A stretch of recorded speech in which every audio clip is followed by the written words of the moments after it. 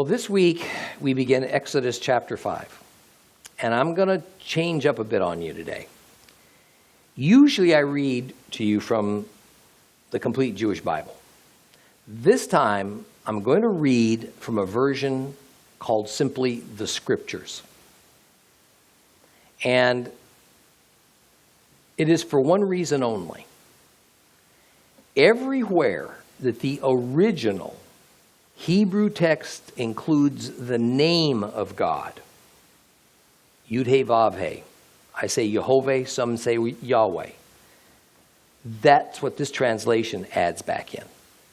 The point of my doing this will, I think, become self-evident to you. So I just want you to follow along with me in whatever version you have. So open your Bibles to Exodus chapter 5. We're going to read it all, but again, what I'm about to read to you is in the original. I'm not modifying it. This is the way our Bibles ought to read, but they don't. And afterwards, Moshe and Aharon went in and said to Pharaoh, "Thus said Yehovah, Elohim of Israel, let my people go so that they keep a festival to me in the wilderness." And Pharaoh said, "Who is Yehovah, that I should obey his voice to let Israel go? I don't know who Yehovah is, nor am I going to let Israel go." And they said, "The Elohim of the Hebrews has met with us. Please, let us go 3 days' journey into the wilderness and slaughter to Yehovah, our Elohim." Elohim means God. "Lest he fall upon us with pestilence or with the sword." But the sovereign of Mitzrayim, that's Egypt, said to them, "Moses and Aaron, why do you take the people from their work? Get back to your burdens." And Pharaoh said, "See, the people of the land are many now, and you make them cease from their burdens." And the same day Pharaoh commanded the slave drivers of the people and their foremen, saying, "You will no longer give the people straw to make bricks as before. Let them go and gather straw for themselves, and lay on them the required amount of bricks which they made before. Do not diminish it, for they are idle. That's why they cry out, saying, 'Let us go and slaughter to our Elohim.' Let more work be laid upon the men, so that they labor in it and not pay attention to words of falsehood." And the slave drivers of the people and their foremen went out and spoke to the people, saying, "Thus said Pharaoh, I do not give you straw. Go, take straw for yourselves wherever you find it, for your work shall not be diminished." And the people were scattered in all the land of Egypt to gather stubble for straw. And the slave drivers were hurrying them on, saying, "Complete your work. Your daily amount is when there was straw." Also the foremen of the children of Israel, whom Pharaoh's slave drivers had set over them, were beaten, and they were asked, "Why have you not completed your task in making bricks both yesterday and today as before?" And the foreman of the children of Israel came and cried out to Pharaoh, saying, "Why do you treat your servants this way? There is no straw given to your servants." And they say to us, "Make bricks. And see, your servants are beaten, but your own people are at fault." But he said, "You're idle, you're idle. That is why you say, 'Let us go and slaughter to Yehovah.' So now go and work. Straw is not given to you, but deliver the amount of bricks." And the foreman of the children of Israel saw that they were in trouble after it was said, "You are not to diminish your daily amount of bricks." And when they came out from Pharaoh, they met Moses and Aaron, who stood there to meet them. And they said to them, "Let Yehovah look on you and judge, because you have made us loathsome in the eyes of Pharaoh and in the eyes of his servants, to give a sword in their hand to kill us." And Moses returned to Yehovah and said, "Yehovah, why have you done evil to this people? Why did you send me? For ever since I came to Pharaoh to speak in your name, he has done evil to your people. You've not delivered your people at all."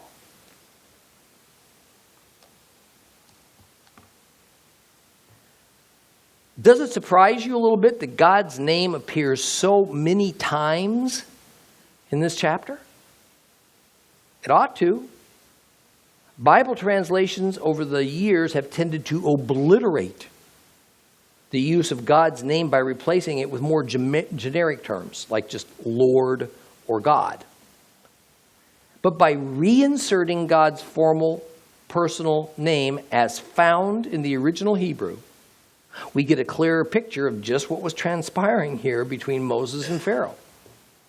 And as I've discussed with you on several occasions, every ancient culture believed in multiple gods in a spirit world. Every ancient culture had a fairly similar set of gods. It's just that their names varied, and the territory where each god ruled had to be defined. But knowing each god's name was all important to the ancient mindset, because knowing a god's name, that was the key to communicating with that God and persuading that God to do what you wanted him to do. So here we see Pharaoh not wondering as if there was such a thing as God, or if there was a God of the Hebrews, but it was only that he obviously had never heard specifically of this God named Yehovah, or Yahweh. Further, since gods were territorial, and the Hebrews lived in Egypt, Pharaoh was incredulous that there could have existed a God that had some undefined kind of influence within Egypt, and he didn't know about him. I mean, where did this God, Yehovah, fit within the hierarchy of gods? Why had no one introduced Pharaoh to him before now? What was this new God's sphere of influence? Perhaps most important to Pharaoh, why would he need to be at all concerned with this Yehovah when he already commanded the most powerful gods of Egypt? In fact, the Pharaoh himself was considered to be the incarnation of a god, and therefore divine. For Pharaoh, Yehovah was an unwanted rival. So Pharaoh was skeptical. He was downright offended. Indeed, Pharaoh had never heard of Yehovah. And after all, it was only recently that the Lord had even revealed his name to mankind for the first time. He revealed it to Moses on Mount Sinai in Midian just a few weeks earlier. So Moses and Aaron go into Pharaoh. They tell him what God demands of the king of Egypt. And it was that Israel should be allowed to go free into the desert for a time of a 3 days journey, away from their captors, to worship Yehovah, or as it really should be taken in, to say in verse 1, to make a pilgrimage festival to me. What Moses says is that the Lord wants Israel to make a chag, which is Hebrew for pilgrimage festival. Pilgrimage festivals simply mean the worshipers are required to take a journey, if necessary. And they go to a specified place, usually to where there was a sanctuary or a shrine, to celebrate, to pay homage to this God. And when we get to later chapters of Exodus and then Leviticus, and we're going to find that that of the 7 biblical festivals that God ordains for Israel, 3 of them are chag, pilgrimages. And in each case, they involve traveling to the temple, which, by the way, wasn't always in Jerusalem. The laughable idea that Pharaoh would allow the Israelites a few days to go worship their God in the wilderness merely amused Pharaoh. What really chafed him was the words that Moses and Aaron spoke, established clearly to Pharaoh that Yehovah considered the Israelites as belonging to him. And of course, this is the crux of the matter. Because as Pharaoh insists, au contraire, these Hebrews don't belong to the God of Hebrews, to the God of the Hebrews, they belong to me. For just a moment, let's detour. I want to zoom in on a small phrase in verse 1, as it sets up an important principle that helps us to understand key areas of the Bible in general. I want to call your attention to the use of 2 little words, my people, which is what God often calls the Hebrews. Interestingly, several hundred years into the future, God would call some of the Hebrews not my people.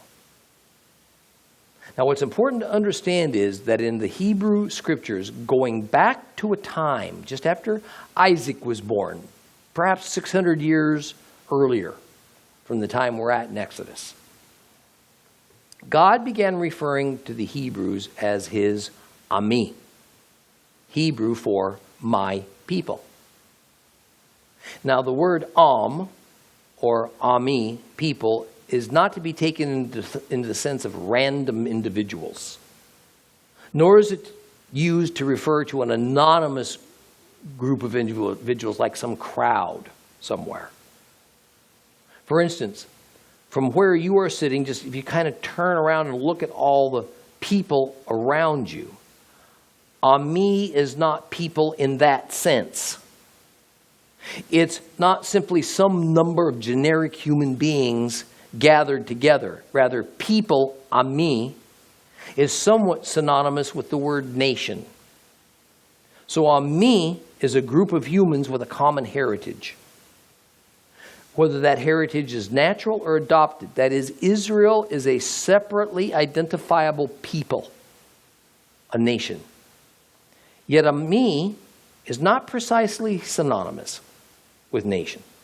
The word used for nation in the Bible is goyim, but you'll never see the word goyim refer to Hebrew people or to the Hebrew nation specifically, because as of about the same time as Isaac, about 1900 BC, the word goyim came to specifically indicate Gentile nations. That is, everybody except the Hebrews. So after about Genesis chapter 12, when God is referring to the nation of Israel, it is the word Amim that is generally employed, while all other nations of the world are referred to in Hebrew as Goyim. So the Hebrew original Amim is Israel, Goyim is everybody else. Now I point this out because it makes both biblical history and prophecy a lot easier to untangle if you know when the terms people and nation are referring to Gentile nations and people or to Hebrew people and the Hebrew nation. Big difference. Now, we first discovered the importance of understanding the word goyim back in Genesis because it enabled us to unlock the significance of Jacob's blessing upon Joseph's son Ephraim. That Ephraim would in some undefined way become a fullness or a blessing of the goyim, the Gentile nations, as opposed to the Hebrew nation. Now, if you attended my 10 Lost Tribes seminar, then you know that Ephraim and the fullness of Gentiles, that phrase, are central to understanding end times prophecy. That's why I encourage you to always have a good concordance handy when you're studying the Torah. Just as God's name has become totally obscured in the Bible, so there is unnecessary confusion over the use of the word nation in the Bible as to whether it's speaking about Gentiles, Hebrews, or everybody in general. Now, it's kind of interesting how the Pharaoh responds to Moses' and Aaron's message from God. Pharaoh doesn't deny that there is a God called Jehovah, nor that this Jehovah fellow is Israel's God. He simply doesn't see what it has to do with him. I mean, we're in Egypt, right? Therefore, by all understanding of the people of that day about how gods are supposed to operate, Egypt is the private realm of the Egyptian gods. And Pharaoh thinks the Egyptian gods are powerful and many. Why would I worry about one measly Hebrew god? And on top of that, a god who's a god over a bunch of slaves, some people. If this Jehovah is so powerful, how come his people are slaves to me, to Egypt? That's the thinking. This was undeniable evidence to Pharaoh that the Egyptian gods were more powerful than the one Hebrew God, and that he had no reason to pay any attention to Yahweh. Now I wonder about what it was that Aaron told Pharaoh, because what we read here in chapter 5 isn't entirely what we've been told that God instructed Moses to say to Pharaoh. I mean, notice that it seems to have been embellished just a tad. As in the last part of verse 3 where the words are, otherwise he, meaning God, might strike us with a plague or a sword. Where'd that come from? Did God tell Moses that if Pharaoh didn't let him go in the desert to worship him, that God would strike down the Israelites? Not aware of, not that we're aware of that he did any such thing. Notice what ordinary men we are dealing with here with Moses and Aaron. So far, they're not doing very good. Just about like you or I probably would in a circumstance like this, standing before such a great and imposing man as the king of Egypt. So what do we decide to do? We're going to jazz it up a little bit. I mean, God has such an economy of words that are so to the point, maybe we can assist him just a little bit. A few extra adjectives, a few extra adverbs, a little more drama. So Pharaoh responds. He tells Moses and Aaron, go back to work. And that he has no intentions of letting that enormous group of Israelites who are the laborers of Egypt, the craftsmen who do the bulk of the building, go on a 3-day holiday. Then Pharaoh sets a precedent that's going to be repeated ad nauseum in the centuries ahead. He takes the irrational tact of making the Israelites work that's so vital to Egypt's well-being, and he makes it almost impossible to achieve. He tells them that they have to gather their own straw for making the millions upon millions of mud bricks necessary for building more cities. Now, this is disruptive in every way.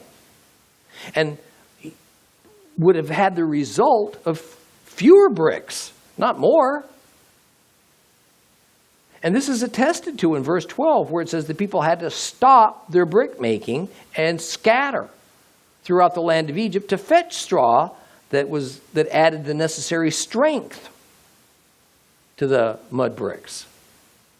And this is a good time to point out that the Israelites, by the way, did not build the pyramids of Egypt. The pyramid building era was long over. By now, pharaohs and nobles were being buried in hollowed out and magnificently decorated shafts and caves. The primary construction projects of the Israelites were roads and military forts and storage facilities.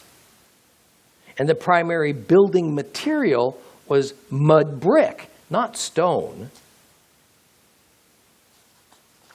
In verse 14, the predictable end result is shown when the Egyptian taskmasters asked the officers of Israel, why haven't you fulfilled your quota of bricks yesterday and today as you did formerly? And the officers of Israel, the foremen, so to speak, were beaten for this lowered output. Now, these officers were not the elders. They were what are sometimes called scribes. This is the second of the new types of elected or appointed leaders of Israel who represent the people. Now, of course, the real goal of Pharaoh, the real goal, was to harass and punish. It was hatred gone wild. In World War II Germany, about the only thing that the pre-war economy had going for it was the Jews, who were the industrialists, bankers, and scientists of Germany. After the start of World War II, as the Nazis suddenly turned a demonic rage inward and started exterminating Jews by the millions, all it accomplished was to damage their economy, destroy their best source of technology, and eventually it limited their ability to make war. Just as Satan used Hitler as a puppet, so it was with Pharaoh. He had just taken the first steps towards Egypt's devastation, the thing that would be necessary for the release of Jehovah's firstborn, Israel. Now it's interesting to note that in one of the great store cities that the Israelites are given credit for building, Pithom, an archaeological find has confirmed this story of the bricks in the straw. In 1883, and then later again in 1908, two Egyptologists made a startling discovery. They unearthed some mud brick structures in Pithom, in which the bottom courses of bricks were made with the normal content of cut straw. The middle courses were made with straw that had been pulled up by the roots, not cut. The final courses contained little to no straw whatsoever. Just another of the many proofs of the Exodus account.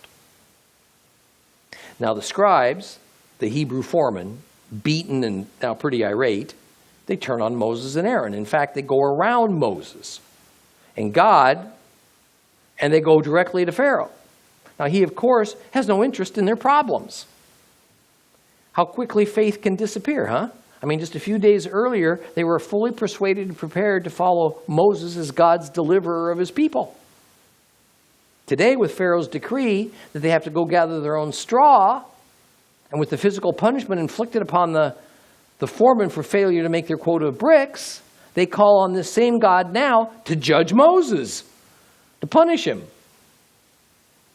We were told earlier that Moses told them in advance all that God told him on the mountain of God, and included in it that would have been Pharaoh would indeed reject the demands. No doubt they hadn't counted on the consequences. Following God always has consequences. It's not a free ride. Moses does exactly the right thing, though. He goes to God with this complaint of the people.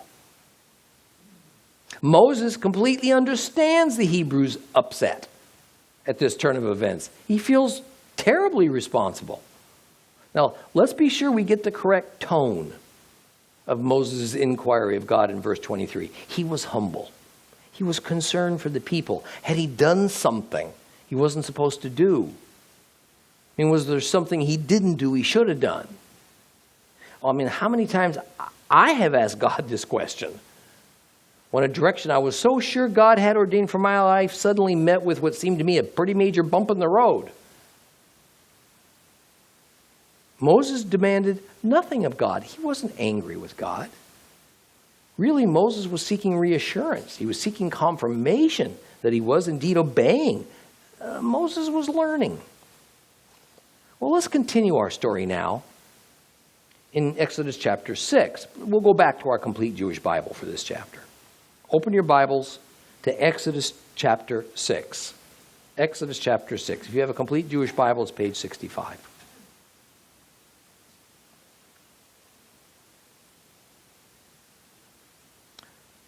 Adonai said to Moshe, "Now you will see what I'm going to do to Pharaoh. With a mighty hand he will send them off. With force he'll drive them from the land." God spoke to Moses, and he said to him, "I am Adonai. I appeared to Abraham, Isaac, and Yaakov as El Shaddai, although I did not make myself known to them by my name, Yud-Heh-Vav-Heh, Yehovah.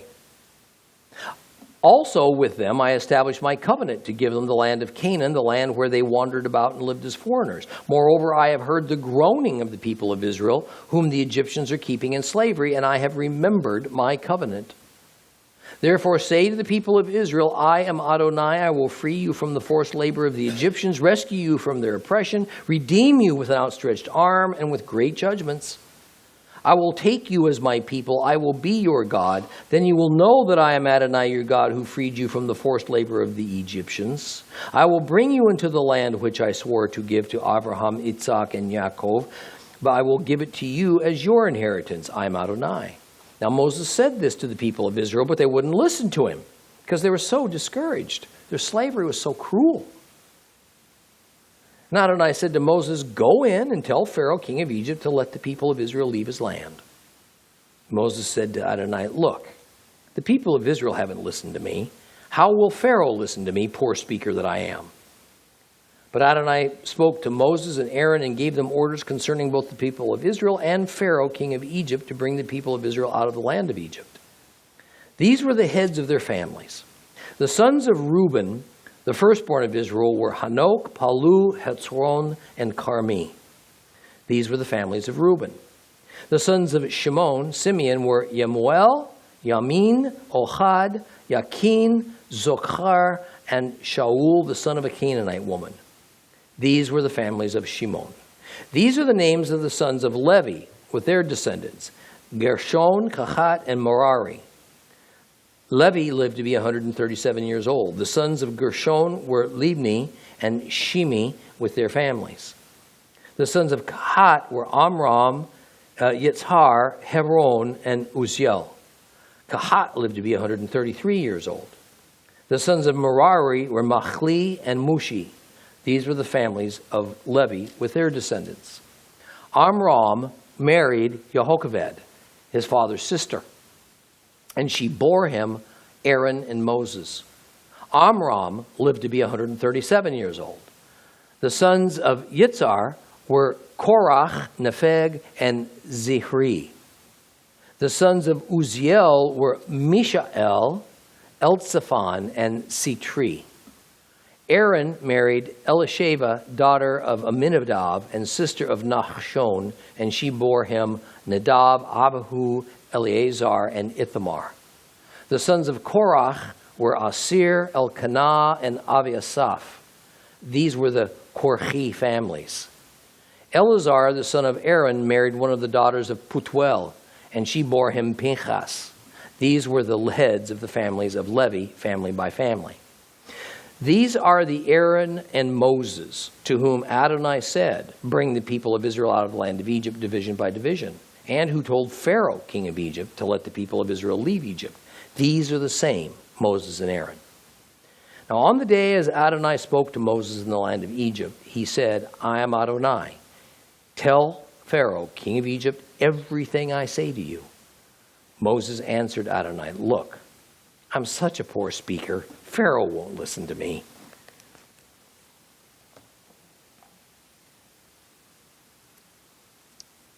Now, I want to remind you that the first verse of chapter 6 is a direct continuation of the last verse of chapter 5. Now, as Moses prayed to Yahweh for an explanation, God immediately gives him the answer. Don't worry about it. I've got it all under control. Of course, that's not quite the words we read in the scripture, but it is the essence of God's words. God tells Moses that he's to familiarize the Hebrew people with his formal name, Yahweh, and that even though he was and is the God of the patriarchs, he did not make himself known to them. And one thing he didn't tell them was his personal name, which was Yahweh. Instead, verse 3 says that Abraham, Isaac, and Jacob, and really all Hebrews up until now, knew God as El Shaddai. Typically, this is translated as God Almighty in our Bibles. Now, this was never a true translation. It's just a guess at what that term El Shaddai meant. So, to be most accurate, one would have to say that the first part of that name means the highest God. That's the meaning of that word El. And as I've shared with you, it has recently been discovered that the word Shaddai, which in the strictest sense is not a Hebrew word, it's a language cognate of the Akkadian word Shadu, means mountain. So the Lord is saying that Moses' ancestors knew him as the highest God of the mountain. Now I'm going to share something with you, something I am becoming more and more aware of and more unsure of as to why it's so. In verse 2, when God says to Moses, I am something, Most versions will say Lord, or they'll say Adonai, like we have in the Complete Jewish Bible.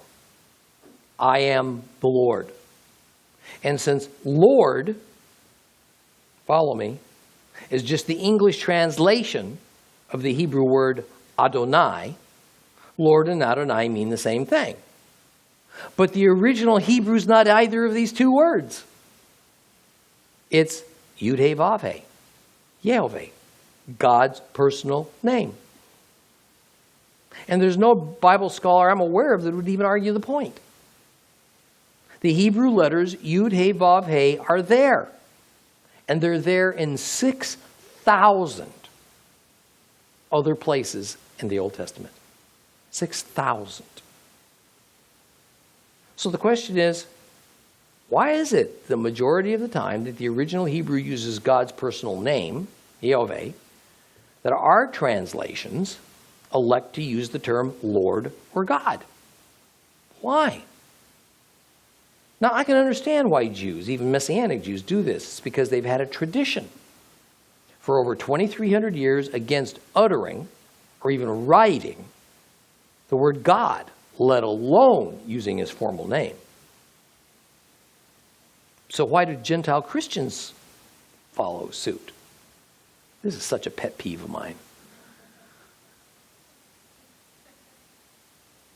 Somehow I think that when God gave us his personal name to use, when referring to him, he meant we ought to use it. Even if we're not precisely sure how to pronounce it. I mean, when the Bible uses his personal name instead of something more generic like Lord, which admittedly does appear in the Bible from time to time, we need to know it. We need to read it that way because in it, we see the personal and endearing nature of the Lord and not just some generic title. The reality is that most of the pagan gods, I don't know if you know this or not, were called Lord. That was standard, what you called a pagan god, Lord. Because Lord is just a rather ancient, if not outdated term that's synonymous with the word master. So it's just a sign of respect. It's not an actual name. Now we also need to know and use Jehovah's name, particularly in our era. Because the God of Abraham, Isaac, and Jacob has a challenger today. His name is Allah. Islam, and even many leaders within the church, want you to believe that Allah and Yehovah are two names for the same God. I mean, after all, Muslims will tell you, well, Allah means God. And most are aware that our Bibles invariably call the God of the Bible God. I got news for you. The Egyptians also referred to many of their gods as just God. Particularly when one of their gods was the family god. We, Jews and Christians, have brought all this problem on ourselves. If we had just not replaced Yehovah with a generic word God, or Adonai, which is just Hebrew for Lord, so long ago, we'd have little trouble in recognizing that Allah, which is the formal name for the God of Islam, they can't possibly be the same God as Yehovah, which is the formal name for the God of the Bible, because they're two different names. One is not a translation of the other. God, like the word president, is the title of an office. It's not the name of the person who holds the office. Our current president is named Obama. His name is not president. God's name is Yehovah, not God. Certainly not Allah. And we also need to understand what is actually being communicated to Moses at this point. God says that Moses' forefathers saw God as El Shaddai. Most versions say appeared to Abraham, Isaac, and Jacob. The original Hebrew word that's used here is ra'ah. and it means see or saw. More in the sense of perceiving, revealing. That is, we might say to somebody in a debate, oh, I finally see what you're talking about. I finally see it your way. That is, I finally comprehend, I perceive, I get it. It doesn't mean we see or saw like, wow, did you see that great looking car?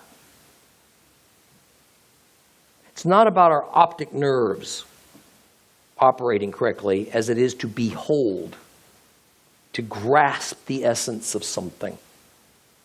So God is saying he revealed himself. He made his essence known to the patriarchs in a little different way than he's now revealing it to Moses. What's the difference? Well, one big difference is the level of intimacy.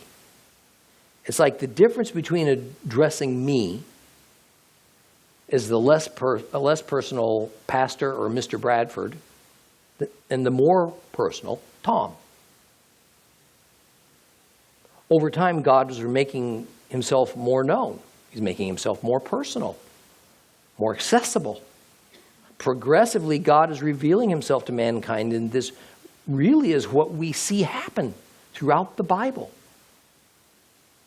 While we get but an outline of God in Genesis, by the time we reach the end of the Torah, we have more information on God than we can even humanly digest.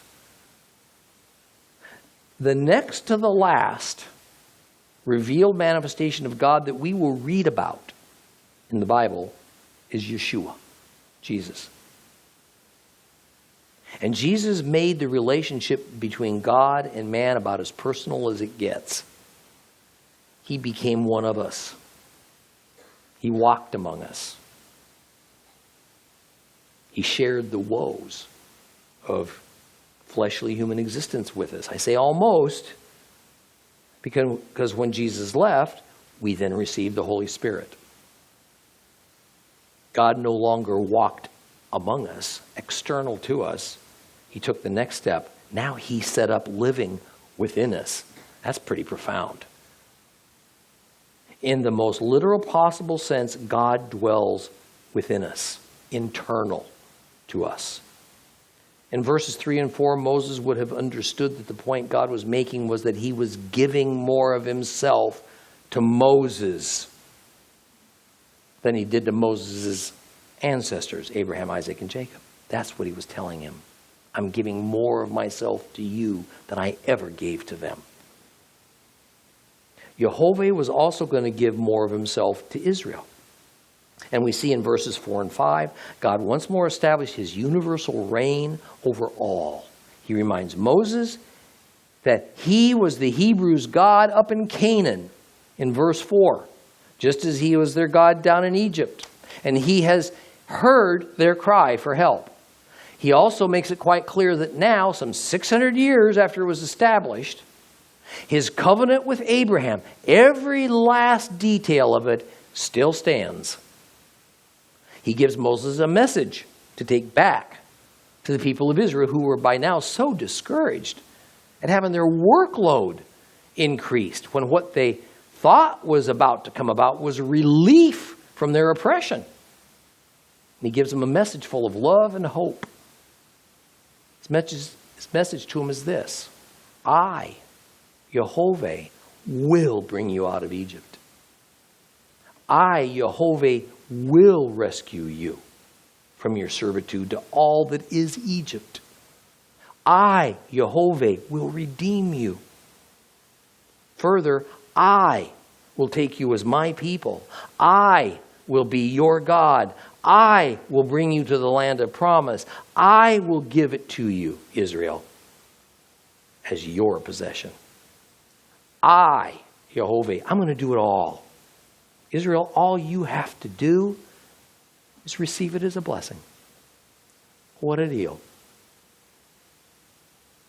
See, as much as the Egypt of the Exodus is real and tangible, it's also a pattern.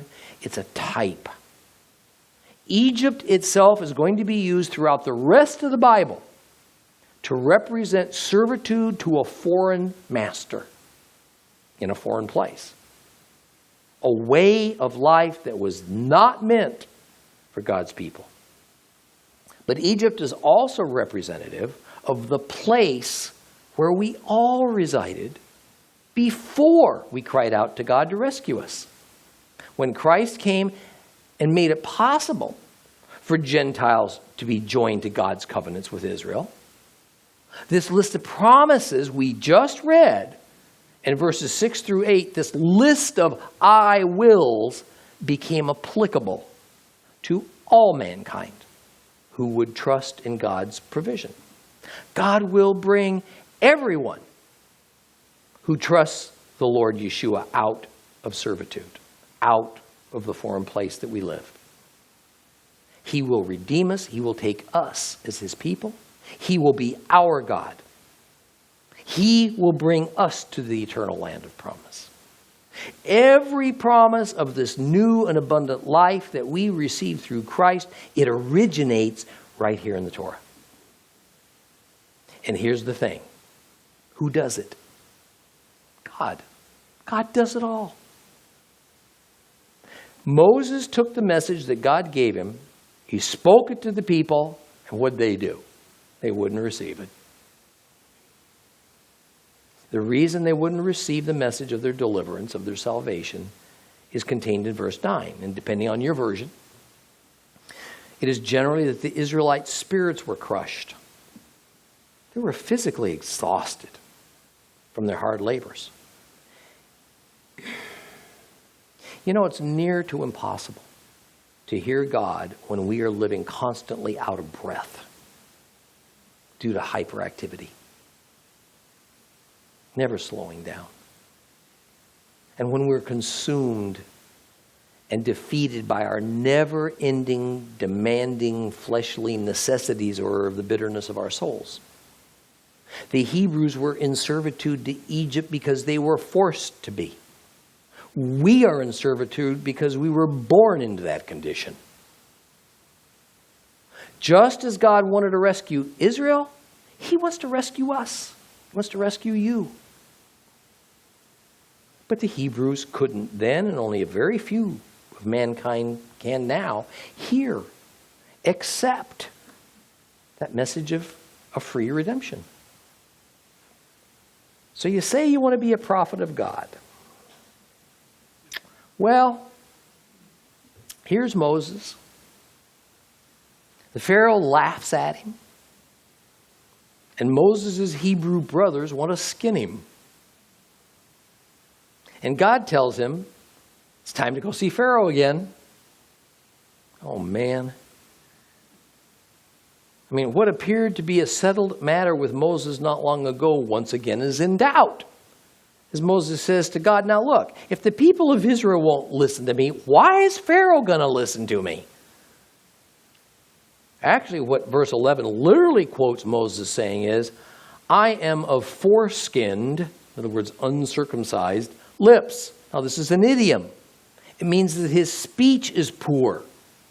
Poor in the sense of it's inadequate. What Moses is saying is, God, my ability to speak the words you once spoken is terrible. God would have none of it. In verse 12, God speaks to Moses and Aaron, and he makes it clear to them it's their duty before God to speak to Pharaoh and to the people of Israel, and the end result being the deliverance of the Hebrews from Egypt. You see, Moses thinks, and boy, catch this, Moses thinks it's his words.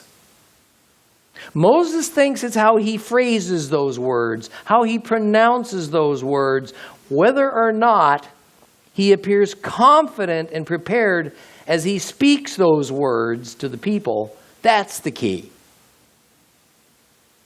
for them getting this message of deliverance. God tried early on to convince him that Moses' own abilities didn't matter a whit. Out of mercy for a man who could not yet understand or fully accept God's ways, God gave Moses Aaron to speak for him, even though it really wasn't needed. Moses' inadequacies were never the issue. I'll tell you a story. Several years ago, when Becky and I lived in the Florida Keys. I went out on a church visitation with the assistant pastor of the church we attended. Now, we visited a young couple that had come to church kind of off and on for a few years and now asked that a pastor would come and visit them. Now, this assistant pastor, well, he was one of the most wonderful, decent, real believers I think I've ever known. What a wonderful man. But when we went to these people's home and sat down, and he began to speak to this couple about their need for Christ and explain the gospel message, I listened in absolute horror. As he fouled this thing up so badly, I couldn't make heads or tails out of what he was saying. And I already knew the points we were there to make. I mean, this went on for a solid hour. It was torture. It was one of the longest, most uncomfortable hours of my life. And I sit there silently as that young couple did. I was embarrassed. I was wondering if these people would ever come to church again. And after he finished, because this is how you do it, the assistant pastor looks at him and says, "Okay, would you like to pray to receive Jesus now?" And I'm thinking, yeah, right. Please, let's just get up and get out of here. They both leaned forward and said, "Yes." What? Then we prayed with them. I watched their lives change and grow over the next several months as the Holy Spirit became their guide. See, here's the thing. I went home that night. I told Becky the story. I told her I'd learned a great lesson that night. It's not our words. It's not our abilities that brings anyone to accept deliverance. It's God changing hearts. Yeah, we are indeed communicated to go and speak the message of salvation to the unsaved. But when we do that in God's will, and when He has prepared the hearts of those He has chosen for us to speak to, your words can't fail. Because our words are not the key. Never have been. Conversely, the most eloquent speech, the most perfectly prepared presentation can't bring anybody to the throne. It's 100% work of God. This great principle of Christian life is laid down right here in Exodus. Moses was completely inadequate for the job that God gave him. And Moses, of all people, knew it. You and I are completely inadequate for any of the tasks, including spreading the gospel, that God has given to us. But it doesn't matter. See, because our job is to trust and obey God. He says go, we go. He'll do all the rest. See, Moses didn't understand that. He didn't believe it yet. Well, beginning in verse 14, we get a genealogy of the first three sons of Israel, Reuben, Shimon, and Levi. But all the attention is really paid to the Levites. Now, up here is a structure of Israel chart. We have talked before about the various names for the different levels of societal structure of Israel. And in these verses, these names and titles are used. Now, I know the various Bible versions use different English words, different English names. So if your version doesn't use the same names and titles I'm about to give you, I encourage you to write what I'm giving you in the margins of your Bibles for future reference.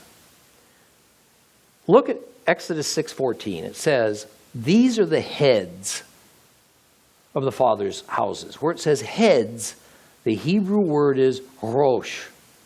Rosh. It means head. And if we look a little further in the same verse, it says, these are the families. The Hebrew word used here is mishpacha and should not be translated family. It should be translated clan. And because mishpacha is clan, the title assigned to the head, the rosh, of each of these clans is chief. So this verse is talking about the chiefs, who are the heads of the clans. This is the next tier of Israelite societal structure after the prince, who is the head, the rosh, of the tribe. In time, as the current prince dies, one of the chiefs over one of the clans, usually the firstborn, he will become the new prince. The main point of the verses in chapter 6, beginning at 14, going on to the end of the chapter, is to establish the all-important fact that Moses and Aaron are of the Levite tribe. Further, they were of a very specific clan, the clan of Kohat. Two other clans of the Levites are also named, Gershon and Merari. We're not going to examine these clan lines for now. What's important to understand is that while the overall tribe of Levi was the tribe of priests, only one clan among the Levites could produce the line of high priests. The first high priest will be Aaron. And that is the line, the clan of Kohat, which will further subdivide into the line of Aaron. Now, the other Levite clans would be restricted to certain specific duties of lesser priests for some, of temple officials for others. And while the Bible hasn't informed us yet of which clans are going to get which duties, the genealogical record is being established right here, so that there can be no doubt later as to who belongs to which clan and who heads it all up. Next week, we'll begin chapter 7.